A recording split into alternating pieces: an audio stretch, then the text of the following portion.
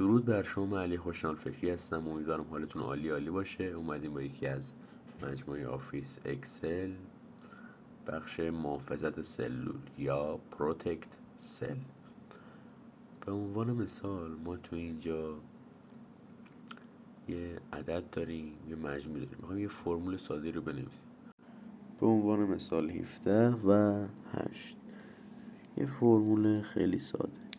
اینجا مساوی میذاریم، 17 رو سلکت میکنیم، ضرب در 8 اینتر میکنیم، 136. اوکی.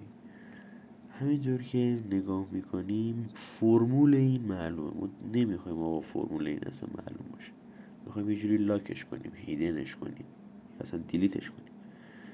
میریم تو قسمت فرمت، اونجا تیک هیدن رو فعال میکنیم،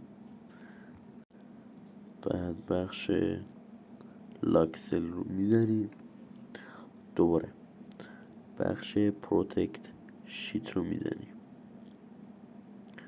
و اینجا یه رمز رو انتخاب میکنیم، به عنوان مثلا 2000. دوباره رمز رو تکرار میکنیم 2000. اوکی میکنیم. همینطور که میبینید فرمول 136 معلوم نمیشه. لایک، کامنت، سابسکرایب بیاتون نره. ممنون.